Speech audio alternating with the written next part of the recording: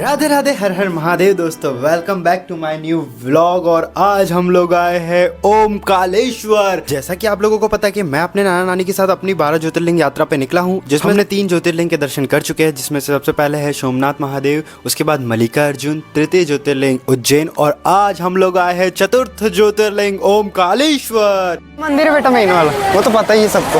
पिछली बार हमने दर्शन, अरे हाँ सॉरी भूल बाबा का नाम लेके इसी वीडियो को शुरू करते हैं। आइए मैं आपको कराता हूँ ओमकालेश्वर ज्योतिर्लिंग के दर्शन।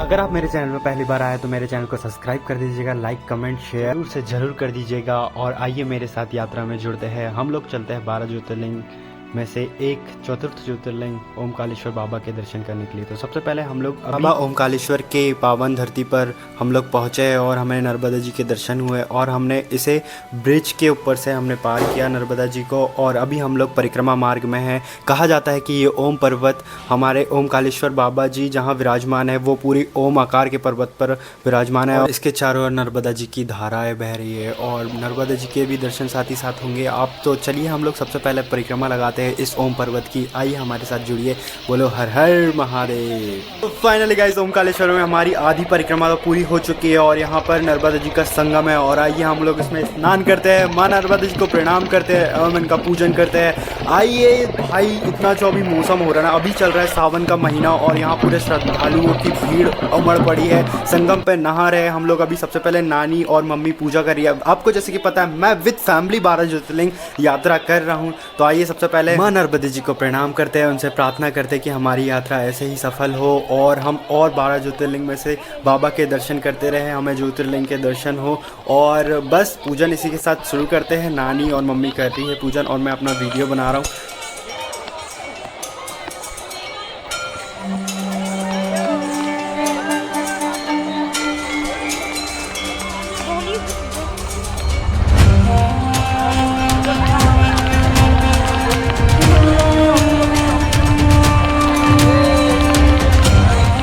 तो फाइनली गाइस हमारे स्नान आदि और हम पूजन माँ नर्मदा जी का हमारा कंप्लीट हो चुका है। पश्चात हम लोग चलते हैं परिक्रमा मार्ग में अपने आगे की ओर, और हमें अभी बहुत से मंदिर मिलेंगे रास्ते में। अभी माँ नर्मदा को यहीं से प्रणाम करते हैं, अपना निकलते हैं अपनी यात्रा पर, अपना परिक्रमा पूरी करते हैं और फिर ओमकालेश्वर बाबा के दर्शन करते हैं। चलिए चलते हैं। परिक्रमा मार्ग में ऐसा लग ही नहीं रहा है कि हम लोग परिक्रमा कर रहे हैं, मतलब फुल मस्ती के साथ पूरी फैमिली और मेरे पूरे भाई बहन, जहाँ तक कि मेरी सबसे छोटी बहन मानसी भी हमारे साथ परिक्रमा कर रही है। मुखाग्र बिंद से कुछ ज्ञान की बातें।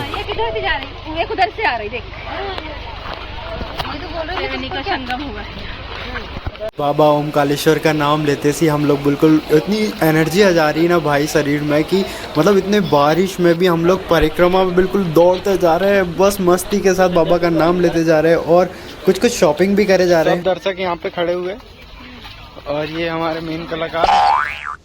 मरना तेरे को डर नहीं लगता? तो गाइस लगभग हमारी 2600 मीटर हमारी यात्रा पूरी हो चुकी है। हर हर महादेव। और कमाई का सोर्स है ये। परिक्रमा मार्ग में 12 ज्योतिर्लिंग के दर्शनों के स्वरूप ये ज्योतिर्लिंग हमें प्राप्त होती है। बहुत सारी शंकर भगवान की शिवलिंग हमें मिलती है, और अनेकों मंदिर मिलते हैं परिक्रमा मार्ग में, जिन्हें हमें दर्शन कर कर जाना होता है। चलिए बाबा के दर्शन करते हैं। हम तो इसीलिए आए हैं बाबा के दर्शन के लिए। अभी मानसी अंदर जा चुकी है मंदिर में, और भाई हम लोग लाइन में लगे हैं। तो बाबा के दर्शन करने के बाद हम लोग हनुमान दादा जी के दर्शन करने आते हैं। ये भी परिक्रमा मार्ग में पड़ते हैं। और एक पश्चात बाबा भोलेनाथ का हमें विशाल स्वरूप दिखता है, और हम मंदिर में दर्शन करते हैं, बाबा के आशीर्वाद लेते हैं बाबा से। और आपको मैं एक बात बताना चाहता हूँ कि भाई ये जो वीडियो आ रहा है ना, वो सावन के चतुर्थ सोमवारों में से लास्ट सोमवार है, जो चतुर्थ सोमवार है, और हम इसमें दर्शन कर रहे हैं बाबा के। भोलेनाथ बाबा के दर्शन करने के पश्चात हम आदि गुरु शंकराचार्य जी की भी यहाँ पर विशाल मूर्ति का निर्माण किया गया है। अब हम इनके भी दर्शन करते हैं और अपनी यात्रा को आगे बढ़ाते हैं। और गुरु शंकराचार्य जी के दर्शन करने के पश्चात आपके थोड़ी ही दूरी पर इंदा सूरज द्वार आपको परिक्रमा मार्ग में पड़ता है, और हमें इस द्वार को आगे पार कर हमें पूर्व का भगवान शंकर भगवान का मंदिर दिखता है, जो बहुत अस्त व्यवस्थ था, और इसकी कलाकारी फिर भी आज के युग से बहुत कई लेवल ऊपर थी। और माँ नर्मदा जी के दर्शन करने के पश्चात हम लोग फाइनली हमारी परिक्रमा पूरी होती है और अब इसके बाद हम लोग ओमकारेश्वर बाबा के दर्शन करने के लिए लाइन में लगते हैं। और भाई सावन सोमवार का लास्ट सोमवार होने के कारण ना यहाँ पर बहुत भीड़ थी। बाबा के दर्शन करने के पूर्व मैं आपको यहाँ की कुछ कथा सुनाना चाहता हूँ जो कि प्रकार है।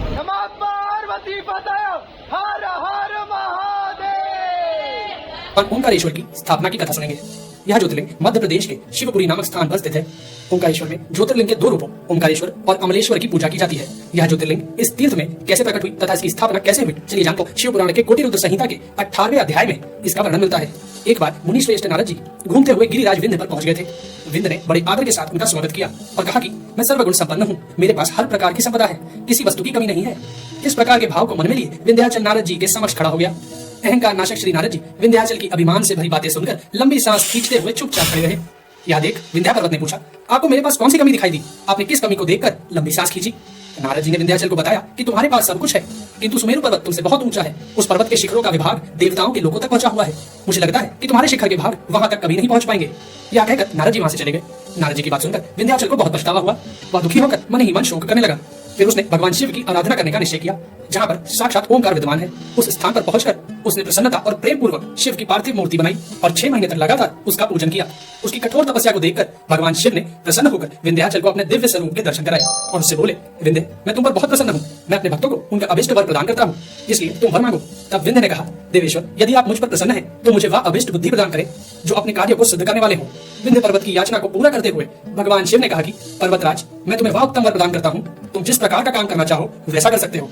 भगवान शिव ने जब विंध्य को उत्तम वर दे दिया, उसी समय कुछ देवगण तथा ऋषिगण भी वहां आ गए। उन्होंने भी भगवान शंकर जी की विधिवत पूजा की और उनकी स्तुति करने के बाद उनसे कहा, प्रभु, आप हमेशा के लिए यहाँ स्थिर होकर निवास करें। देवताओं की बात से भगवान शिव को बड़ी प्रसन्नता हुई। लोक कल्याण करने वाले भगवान शिव ने उन ऋषियों तथा देवताओं की बात को प्रसन्नता पूर्वक स्वीकार कर लिया। वहां स्थित एक ही ओमकार लिंग 2 स्वरूपों में विभक्त हो गया। प्रणव के अंतर्गत जो सदाशिव विद्यमान हुए उन्हें ओमकार नाम से जाना जाता है।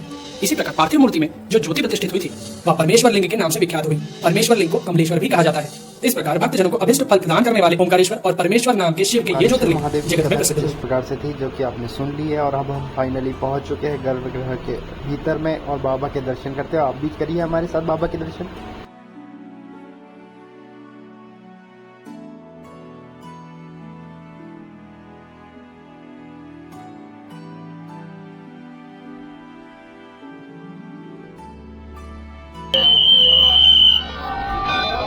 ओमकारेश्वर ही ऐसा ज्योतिर्लिंग है जिसके दर्शन के पश्चात कोई महानदी बह रही है, जिसके दर्शन के पश्चात कोई महानदी का दर्शन होता है, जिसके तट को छूकर कोई महानदी बह रही है।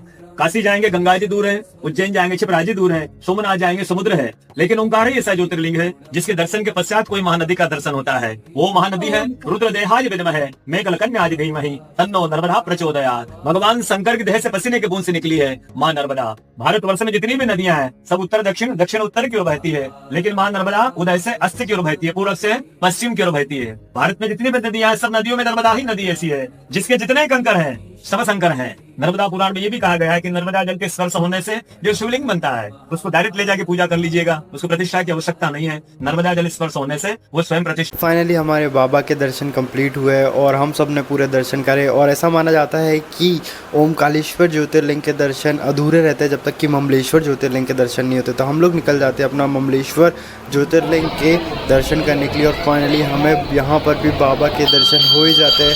और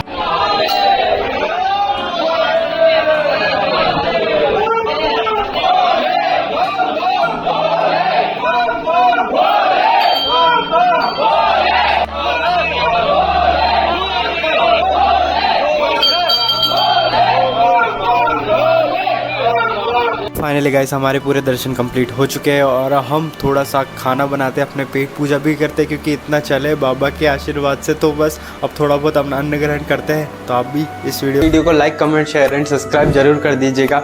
और बस मिलते हैं आपको जल्दी ही नेक्स्ट व्लॉग में। तब तक के लिए राधे राधे, हर हर महादेव।